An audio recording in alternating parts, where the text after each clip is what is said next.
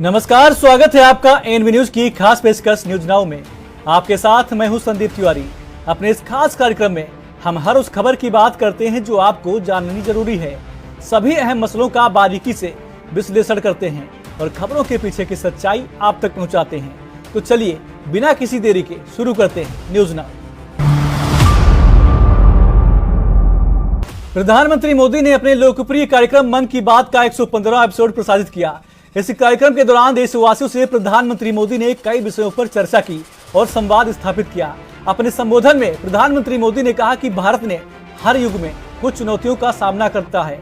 आज मन की बात में ऐसे दो महानायकों की चर्चा करूंगा जिनमें साहस और दूरदर्शिता थी। देश ने उनकी 150वीं जयंती मनाने का फैसला किया है। 31 अक्टूबर से सरदार पटेल की 150वीं जयंती वर्ष की शुरुआत होगी।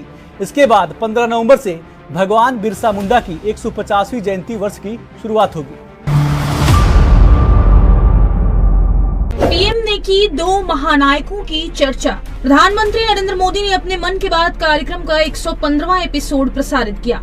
अपने संबोधन में पीएम मोदी ने कहा कि भारत ने हर युग में कुछ चुनौतियों का सामना किया है। आज मन की बात में मैं ऐसे दो महानायकों की चर्चा करूंगा जिनमें साहस और दूरदर्शिता थी। देश ने उनकी 150वीं जयंती मनाने का फैसला किया है। 31 अक्टूबर से सरदार पटेल की 150वीं जयंती वर्ष की शुरुआत होगी। इसके बाद 15 नवंबर से भगवान बिरसा मुंडा की 150वीं जयंती वर्ष की शुरुआत होगी। इन दोनों महापुरुषों के सामने चुनौतियां अलग अलग थी, लेकिन उनका विजन एक ही था, देश की एकता। साथियों, भारत में हर युग में कुछ चुनौतियां आई हैं और हर युग में ऐसे असाधारण भारतवासी जन्मे जिन्होंने इन चुनौतियों का सामना किया। आज की मन की बात में मैं साहस और दूरदृष्टि रखने वाले ऐसे ही दो महानायकों की चर्चा करूंगा। इनकी 150वीं जन्म जयंती को देश ने मनाने का निश्चय किया है। 31 अक्टूबर से सरदार पटेल का 150वीं जन्म जयंती का वर्ष शुरू होगा। इसके बाद 15 नवंबर से भगवान बिरसा मुंडा का 150वां जन्म जयंती वर्ष शुरू होगा। इन दोनों महापुरुष ने अलग अलग चुनौतियां देखी, लेकिन दोनों का विजन एक था, देश की एकता। डिजिटल अरेस्ट पर जागरूकता। मन की बात कार्यक्रम के दौरान पीएम मोदी ने डिजिटल अरेस्ट फ्रॉड को लेकर अहम जानकारी दी है और लोगों को जागरूक किया। पीएम ने कार्यक्रम में एक वीडियो दिखाई जहां एक व्यक्ति पुलिस के कपड़े पहनकर दूसरे व्यक्ति से पूछताछ कर रहा है और आधार कार्ड दिखाने की मांग कर रहा है। डिजिटल अरेस्ट को लेकर पीएम मोदी ने कहा कि हर उम्र हर वर्ग के लोग डिजिटल अरेस्ट का शिकार हो रहे हैं। लोगों ने डर की वजह से अपनी मेहनत से कमाए हुए लाखों रुपए गंवा दिए हैं। पीएम मोदी ने लोगों को जागरूक करते हुए कहा कि कभी भी आपको इस तरह का कोई कॉल आए तो आपको डरना नहीं है। डिजिटल अरेस्ट के फ्रॉड में फोन करने वाले कभी पुलिस, कभी सीबीआई, कभी नारकोटिक्स, कभी आरबीआई, ऐसे भांति भांति के लेबल लगाकर बनावटी अधिकारी बनकर बात करते हैं और बड़े कॉन्फिडेंस के साथ करते हैं। मुझे मन की बात के बहुत से श्रोताओं ने कहा कि इसकी चर्चा जरूर करनी चाहिए। आइए मैं आपको बताता हूं ये फ्रॉड करने वाली गैंग काम कैसे करती है, ये खतरनाक खेल क्या है। आपको भी समझना बहुत जरूरी है, औरों को भी समझाना उतना ही आवश्यक है। पहला दाव आपकी व्यक्तिगत जानकारी, वो सब जुटा करके रखते हैं। आप पिछले महीने गोवा गए थे, है ना? आपकी बेटी दिल्ली में पढ़ती है ना? वे आपके बारे में इतनी जानकारी जुटा कर रखते हैं कि आप दंग रह जाएंगे। दूसरा दाव, भय का माहौल पैदा करो। वर्दी, सरकारी दफ्तर का सेटअप, कानूनी धाराएं, वो आपको इतना डरा देंगे, फोन पर बातों बातों में आप सोच भी नहीं पाएंगे। और फिर उनका तीसरा दाव शुरू होता है। तीसरा दाव, समय का दबाव, अभी फैसला करना होगा वरना आपको गिरफ्तार करना पड़ेगा। ये लोग पीड़ित पर इतना मनोवैज्ञानिक दबाव बना देते हैं कि वो सहम जाता है। डिजिटल अरेस्ट के शिकार होने वालों में हर वर्ग, हर उम्र के लोग हैं। लोगों ने डर की वजह से अपनी मेहनत से कमाए हुए लाखों रुपए गंवा दिए हैं। कभी भी आपको इस तरह का कोई कॉल आए तो आपको डरना नहीं है। आपको पता होना चाहिए, कोई भी जांच एजेंसी फोन कॉल या वीडियो कॉल पर इस तरह पूछताछ कभी भी नहीं करती। मैं आपको डिजिटल सुरक्षा के 3 चरण बताता हूं। ये 3 चरण है: रुको, सोचो, एक्शन लो। कॉल आते ही रुको, घबराए नहीं, शांत रहे, जल्दबाजी में कोई कदम न उठाएं, किसी को अपनी व्यक्तिगत जानकारी न दें, संभव हो तो स्क्रीनशॉट लें और रिकॉर्डिंग जरूर करें। इसके बाद आता है दूसरा चरण। पहला चरण था रुको, दूसरा चरण है सोचो। कोई भी सरकारी एजेंसी फोन पर ऐसे धमकी नहीं देती, न ही वीडियो कॉल पर पूछताछ करती है, न ही ऐसे पैसा की मांग करती है। अगर डर लगे तो समझिए कुछ गड़बड़ है। और पहला चरण, दूसरा चरण और अब मैं कहता हूं तीसरा चरण। पहले चरण में मैंने कहा रुको, दूसरे चरण में मैंने कहा सोचो और तीसरा चरण कहता हूं एक्शन लो। राष्ट्रीय साइबर हेल्पलाइन 1930 डायल करें, cybercrime.gov.in पर रिपोर्ट करें, परिवार और पुलिस को सूचित करें, सबूत सुरक्षित रखें। रुको, बाद में सोचो और फिर एक्शन लो। ये 3 चरण आपकी डिजिटल सुरक्षा का रक्षक बनेंगे। नहीं, कुछ मुद्दे ऐसे हैं, डिजिटल अरेस्ट जैसा है मुद्दा जो मुझे लगता है एक चुनौती है आज के दौर में। जिस तरह से फ्रॉड्स हो रहे हैं उन फ्रॉड्स पर सरकार को और हम सबको पूरा ध्यान अपना केंद्रित करना चाहिए, ताकि आम लोग जो बिल्कुल ही इनोसेंट हैं वो इसके शिकार न हो जाएं। अक्सर कई ऐसी रिपोर्ट्स आ रही हैं कि लोगों को फ्रॉड कॉल्स आते हैं, फेक कॉल्स आते हैं और वो हार्ट अटैक तक हुआ है, लोगों को झांसे में आ जाते हैं। एनिमेशन के क्षेत्र में क्रांति लाएगा भारत। मन की बात के 115वें एपिसोड में प्रधानमंत्री नरेंद्र मोदी ने कहा कि छोटा भीम की तरह ही हमारी अन्य एनिमेटेड सीरीज कृष्णा, मोटू पतलू, बाल हनुमान के भी दुनिया भर में प्रशंसक हैं। भारत के एनिमेटेड किरदार और फिल्में अपनी विषय वस्तु और रचनात्मकता के कारण पूरी दुनिया में पसंद की जा रही है। भारत एनिमेशन के क्षेत्र में क्रांति लाने की राह पर है। प्रधानमंत्री ने कहा कि भारत में गेमिंग का क्षेत्र तेजी से बढ़ रहा है। उन्होंने कहा कि भारतीय खेल भी पूरी दुनिया में मशहूर हो रहे हैं। मेरे प्यारे देशवासियों, आपको वो दिन याद जरूर होंगे जब छोटा भीम टीवी पर आना शुरू हुआ था। बच्चे तो इसे कभी भूल नहीं सकते। कितना एक्साइटमेंट था छोटा भीम को लेकर। आपको हैरानी होगी कि आज ढोलकपुर का ढोल सिर्फ भारत में ही नहीं बल्कि दूसरे देश के बच्चों को भी खूब अट्रैक्ट करता है। इसी तरह हमारे दूसरे एनिमेटेड सीरियल्स कृष्णा, हनुमान, मोटू पतलू के चाहने वाले भी दुनिया भर में हैं। भारत के एनिमेशन कैरेक्टर्स, यहाँ की एनिमेशन मूवीज अपने कंटेंट और क्रिएटिविटी की वजह से दुनिया भर में पसंद की जा रही है। आपने देखा होगा कि स्मार्टफोन से लेकर सिनेमा स्क्रीन तक, गेमिंग कंसोल से लेकर वर्चुअल रियलिटी तक एनिमेशन हर जगह मौजूद है। एनिमेशन की दुनिया में भारत नई क्रांति करने की राह पर है। भारत के गेमिंग स्पेस का भी तेजी से विस्तार हो रहा है। इंडियन गेम्स भी इन दिनों दुनिया भर में पॉपुलर हो रहे हैं। कुछ महीने पहले मैंने भारत के लीडिंग गेमर्स के साथ मुलाकात की थी। तब मुझे इंडियन गेम्स की अमेजिंग क्रिएटिविटी और क्वालिटी को जानने समझने का मौका मिला था। वाकई देश में क्रिएटिव एनर्जी की एक लहर चल रही है। एनिमेशन की दुनिया में मेड इन इंडिया और मेड बाय इंडियंस छाया हुआ है। आपको ये जानकर खुशी होगी कि आज भारत के टैलेंट विदेशी प्रोडक्शन का भी अहम हिस्सा बन रहे हैं। अभी वाली स्पाइडरमैन हो या ट्रांसफॉर्मर्स, इन दोनों मूवीज में हरि नारायण राजीव के कंट्रीब्यूशन को लोगों ने खूब सराहा है। भारत के एनिमेशन स्टूडियो डिज्नी और वार्नर ब्रदर्स जैसी दुनिया के जाने माने प्रोडक्शन कंपनीज के साथ काम कर रहे हैं। दरअसल आपको बता दें कि मन की बात कार्यक्रम की शुरुआत 3 अक्टूबर 2014 को हुई थी। इसे 22 भारतीय भाषाओं और 29 बोलियों के अलावा 11 विदेशी भाषाओं में भी प्रसारित किया जाता है, जिसमें फ्रेंच, चीनी, इंडोनेशियाई, तिब्बती, बर्मी, बलूची, अरबी, पश्तो, फारसी, दारी और स्वाहिली शामिल है।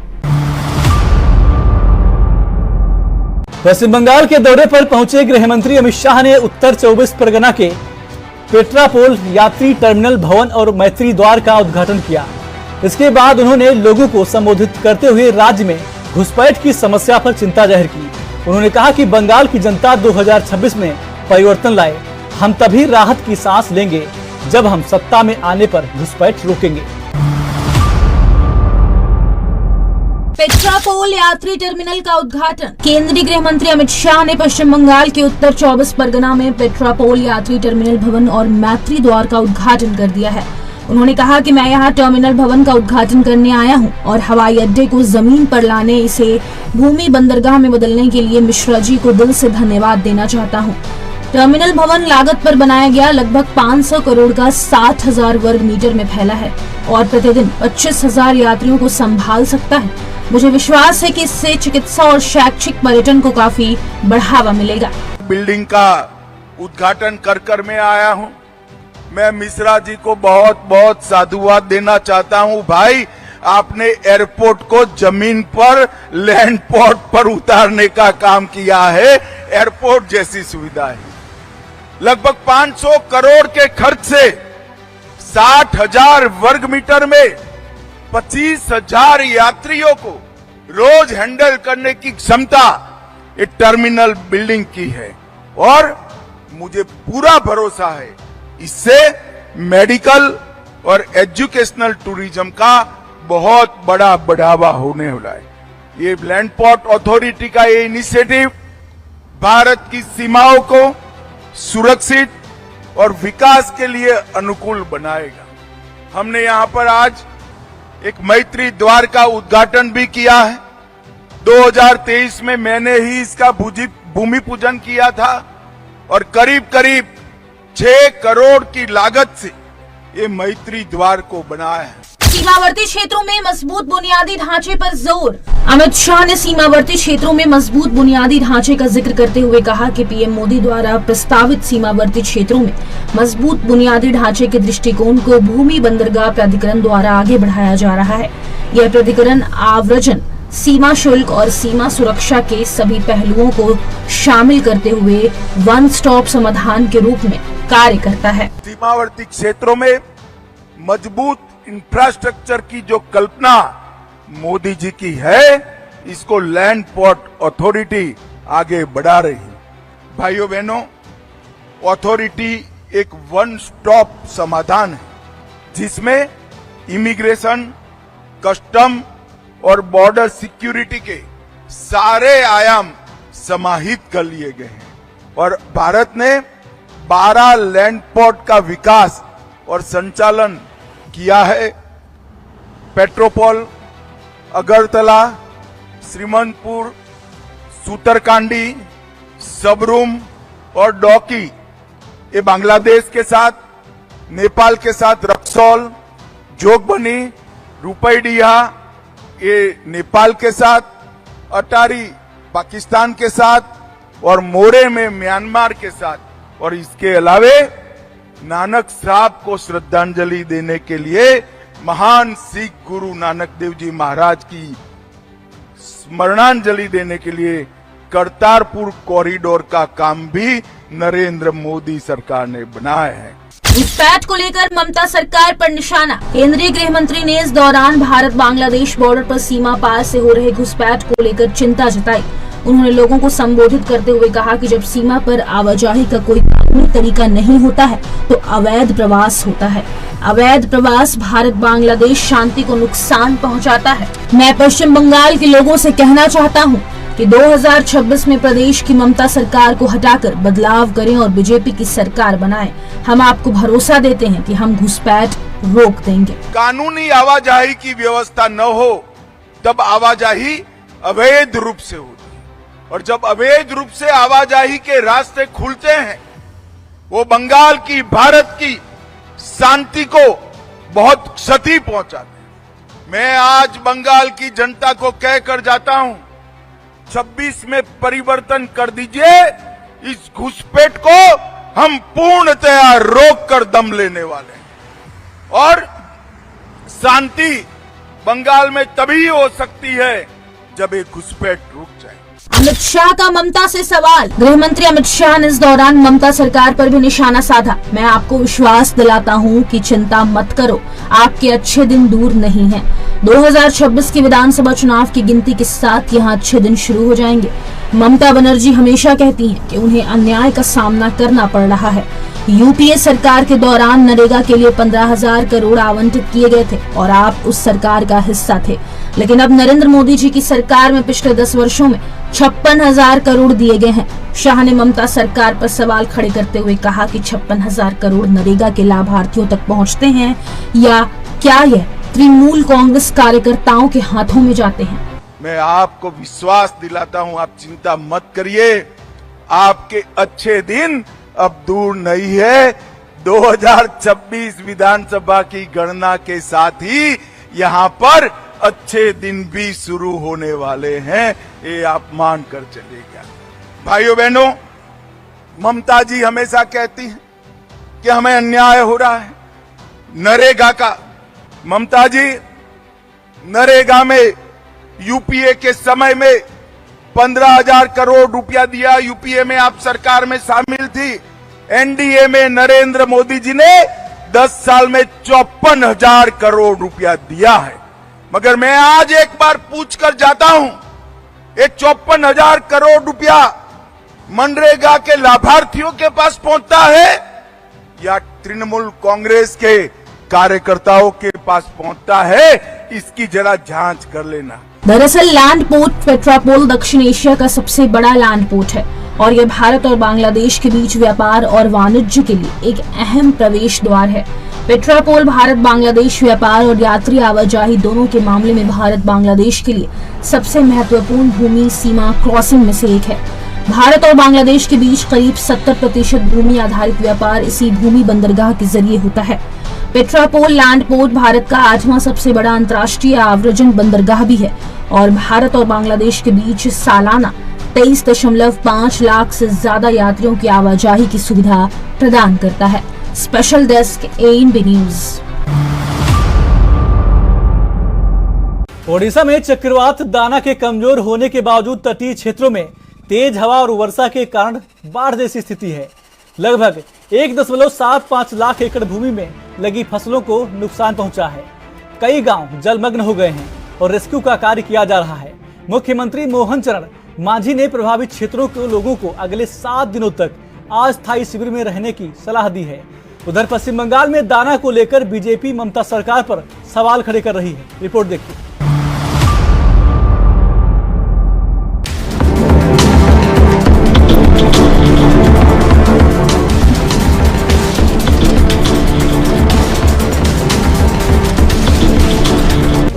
मोहन चरण ने दी रेस्क्यू पर जानकारी। ओडिशा के मुख्यमंत्री मोहन चरण मांझी ने जानकारी दी कि बालासोर और मयूरभंज जिलों के कुछ इलाकों में बाढ़ के बाद इक्वेशन ड्राइव शुरू की गई है। सीएम मांझी ने कहा कि चक्रवात से 11 जिले प्रभावित हुए, जिनमें से 3 सबसे ज्यादा प्रभावित हुए। केंद्रपाड़ा, भद्रक और बालेश्वर प्रभावित इलाकों में सड़क अवरोधों को हटा दिया गया है। 95% प्रभावित इलाकों में बिजली भी बहाल कर दी गई है। बालेश्वर एक निचला तटीय इलाका है और भारी बारिश के कारण बाढ़ जैसी स्थिति भी पैदा हो गई है। साइक्लोन दाना जो उड़ीसा में फॉल हुआ और फॉल होने के बाद जैसे हमारा भी पहले से ही हमारा प्रिपरेशन था, इसमें से जो अफेक्टेड जिला है 11 जिला में से ज्यादा अफेक्टेड हुआ था 3 जिले में। एक जिला है केंद्रापड़ा और भद्रक और बालेश्वर, वो 3 जिला में ज्यादा अफेक्टेड हुआ। इसमें से जो रोड ब्लॉक हुआ था उसको हमने तुरंत क्लियर कर दिया और उनके साथ साथ जो विद्युत सरबराह का जो विच्छिन्न हुआ था उसमें से जो प्रभावित हुआ था उसके लिए हमने ज्यादा जो 3 जिला में, इसमें से केंद्रापड़ा में इसमें से 95% जो उपभोक्ता लोगों का पावर कट ऑफ हुआ था, पावर रेस्टोरेशन करते हुए हमने 95% लोगों को विद्युत हमने उनके सरबराह हमने कनेक्टिंग कर दिया। और उनके साथ साथ भद्रक जिला में ज्यादा जो वाटर लॉगिंग हुआ, इसमें से जो प्रॉब्लम हुआ पावर रेस्टोरेशन में थोड़ी हमारा देर हुआ। हमने जो डेडलाइन दिया था कल आज का शाम तक, आज भी हमारा कंप्लीट नहीं हुआ, लेकिन हमने सक्सेसफुली रहे कि लगभग 77% रेस्टोरेशन काम को हमने कंप्लीट किए। और इसमें से अभी भी करीब कुछ लोगों के पास वो रेस्टोरेशन हम कर नहीं पाए, लेकिन अभी भी रात भर काम चल रहा है निश्चित रूप से, और थोड़ी घंटा के लिए हम उसको सक्सेसफुली तरफ से हमने उनको कंप्लीट करने के लिए कोशिश कर रहे। लोगों को सुरक्षित जगह पर पहुंचाया गया। मयूरभंज जिले की सिमेलीपाल पहाड़ियों में तेज बारिश की वजह से भूतबलंग नदी में बाढ़ की स्थिति पैदा हो गई है। उन्होंने कहा कि लोगों को सुरक्षित जगहों पर शिफ्ट किया जा रहा है, स्थानों पर ले जाया जा रहा है। अब तक रेमुना से 2500 और बालासोर सदर से 8000 लोगों को सुरक्षित जगहों पर पहुंचाया गया है।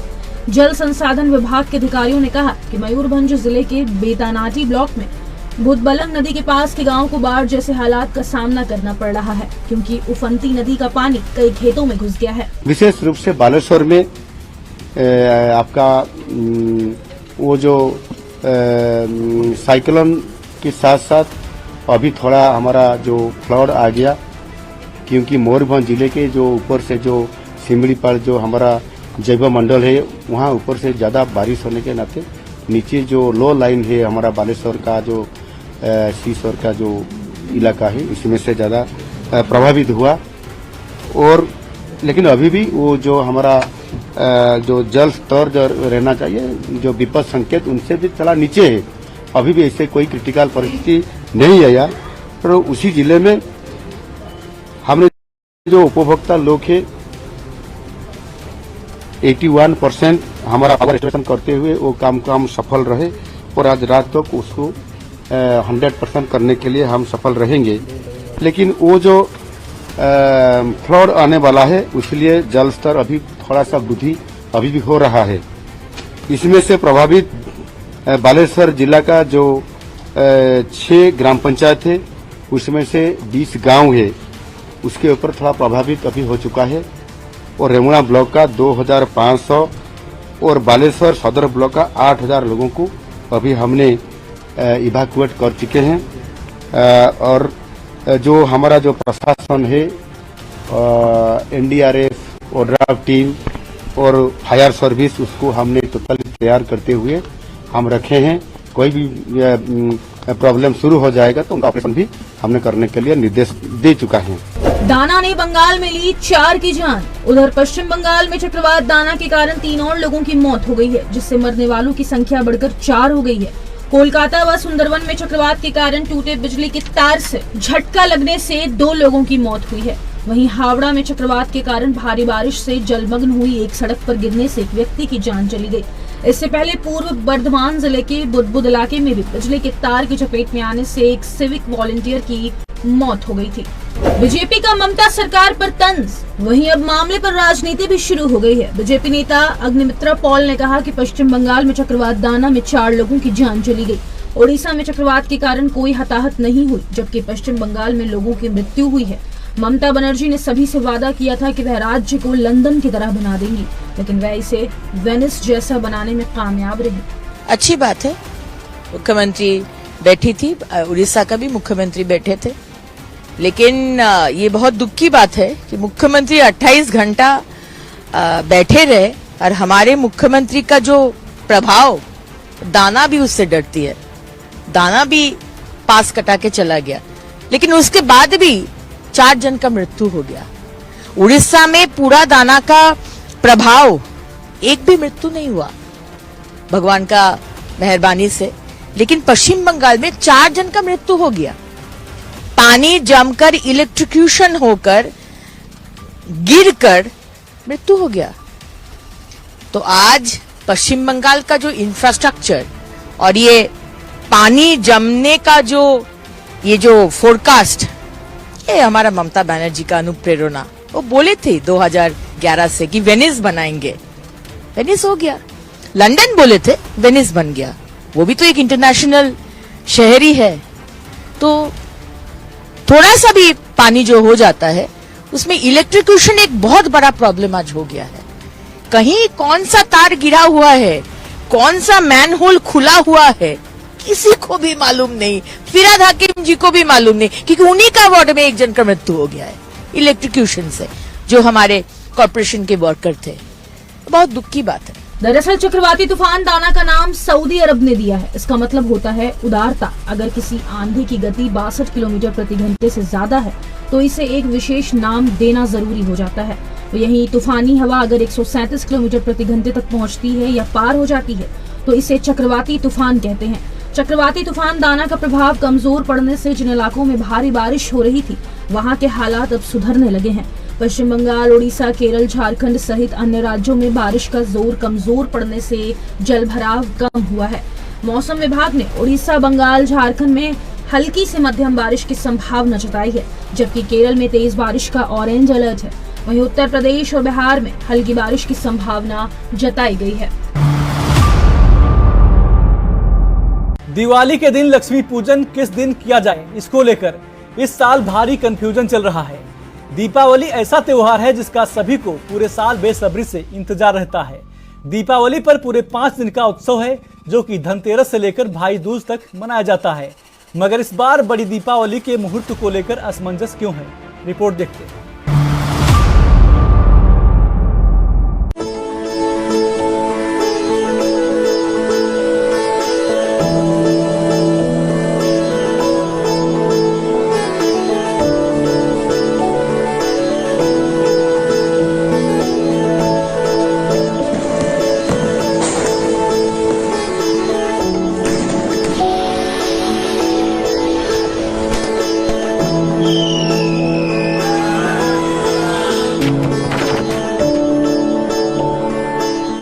बाजार सज गए हैं, हर तरफ त्योहार की खुमारी छा गई है। दुकानों पर भारी भीड़ है। धनतेरस को क्या खरीदारी करनी है इसकी भी लिस्ट बन चुकी है। दोस्तों, रिश्तेदारों के लिए गिफ्ट भी खरीदे जा रहे हैं। इसको लेकर अभी तक लोगों में असमंजस भी है। लेकिन बड़ी दीपावली किस दिन मनाई जाएगी, इसको लेकर अभी तक असमंजस बनी हुई है। कोई कह रहा है कि तिथि है 31 अक्टूबर की, वहीं कोई 1 नवंबर को दिवाली बता रहा है। इस बार तिथि को लेकर इतना कंफ्यूजन है कि लोग अभी तक पूरी तरह समझ नहीं पा रहे हैं। इस बारे में कई पुरोहितों और धर्माचार्यों के बयान भी अलग अलग आ रहे हैं। कई धर्माचार्यों का मानना है कि हिंदू सनातन धर्म में उदया तिथि का बहुत महत्व है, इसलिए जिस दिन सूर्योदय के समय अमावस्या तिथि होगी उसी दिन बड़ी दिवाली मनाई जानी चाहिए। इस हिसाब 1 नवंबर को अमावस्या पड़ रही है। उधर कुछ धर्माचार्यों का मानना है कि चूंकि दीपावली का पूजन निशीत काल में होता है, इसलिए जिस शाम के समय अमावस्या है उस दिन लक्ष्मी पूजन होना चाहिए। इस हिसाब से 31 अक्टूबर की तिथि बनती है। इसका कारण ये है कि 31 अक्टूबर की दोपहर से अमावस्या तिथि लग रही है, जो 1 नवंबर को दोपहर तक रहेगी। यानी 31 अक्टूबर की शाम को अमावस्या होगी, लेकिन सूर्योदय के समय नहीं होगी। 1 नवंबर को सूर्योदय के समय अमावस्या होगी, लेकिन शाम के समय नहीं होगी। दरअसल धनतेरस कार्तिक मास के कृष्ण पक्ष की त्रयोदशी तिथि को मनाया जाता है। इस साल धनतेरस 29 अक्टूबर मंगलवार को पड़ रहा है, जिसमें सभी धर्माचार्यों की सहमति है। इस दिन सोने चांदी के आभूषण और नए बर्तन खरीदने की परंपरा बरसों से चली आ रही है। धनतेरस का पर्व भगवान धनवंतरी की जयंती के रूप में मनाया जाता है। इस दिन धन के देवता कुबेर जी के साथ ही धन की देवी माँ लक्ष्मी और गणेश जी की पूजा की जाती है। धनतेरस के शुभ अवसर पर घर में नई झाड़ू और धनिया लाने से मां लक्ष्मी प्रसन्न होकर पूरे साल धन समृद्धि बढ़ाती हैं और कृपा बरसाती हैं। इस दिन बहुत से लोग अपने घर में रोजाना के प्रयोग की नई इलेक्ट्रॉनिक चीजें भी लाते हैं। अब धनतेरस के अगले दिन छोटे दिवाली पड़ती है। कार्तिक मास के कृष्ण पक्ष की चतुर्दशी तिथि को छोटे दिवाली मनाई जाती है। छोटे दिवाली इस बार 30 अक्टूबर को मनाई जाएगी। इस दिन पौराणिक मान्यताओं के अनुसार इसी दिन को नरक चतुर्दशी भी कहते हैं और भगवान हनुमान जी की जयंती भी इसी दिन मनाई जाती है। साथ ही इसे रूप चौदस और छोटी दिवाली भी कहते हैं। इस दिन दक्षिण दिशा में यम देवता के नाम का दीपक भी जलाया जाता है। साथ ही इस दिन हनुमान जी को बूंदी के लड्डू का भोग लगाना और चोला चढ़ाना भी बहुत शुभ माना जाता है। इस हिसाब से छोटी दिवाली के अगले दिन ही दीपावली का त्योहार होता रहा है। ऐसे में दीपावली इस साल 31 अक्टूबर दिन गुरुवार को मनाई जानी चाहिए। वैदेही, ऋषिकेश और विश्वविद्यालय के पंचांगों में दी गई जानकारी के अनुसार दीपावली का पर्व सर्वसम्मति रूप से 31 अक्टूबर को मनाया जाना चाहिए। दरअसल दीपावली का त्योहार कार्तिक मास के अमावस्या तिथि को मनाया जाता है और प्रदोष काल के बाद दीपावली की पूजा की जाती है। पंचांग के अनुसार इस साल अमावस्या तिथि 31 अक्टूबर को दोपहर के बाद 3:52 पर शुरू होकर 1 नवंबर को शाम 6:16 तक रहेगी। यानी कि 31 अक्टूबर की रात को अमावस्या तिथि विद्यमान रहेगी। इसलिए 31 अक्टूबर की रात को ही दीपावली मनाना तर्क संगत होगा। 31 अक्टूबर को रात ही में लक्ष्मी पूजन, काली पूजन और निशीत काल की पूजा की जाएगी। मध्य रात्रि की पूजा भी 31 अक्टूबर की रात को है। वहीं जबकि अमावस्या से जुड़े दान पुण्य के कार्य और पितृकर्म आदि 1 नवंबर को सुबह के वक्त करना उचित होगा। गोवर्धन पूजा दीपावली के अगले दिन होती है। इसे अन्नकूट पर्व के नाम से भी जाना जाता है। गोवर्धन पूजा 2 नवंबर की जाएगी। दीपावली के त्योहार के आखिरी दिन भाई दूज होता है। कार्तिक मास के शुक्ल पक्ष की द्वितीया तिथि को भाई दूज का पर्व मनाया जाता है।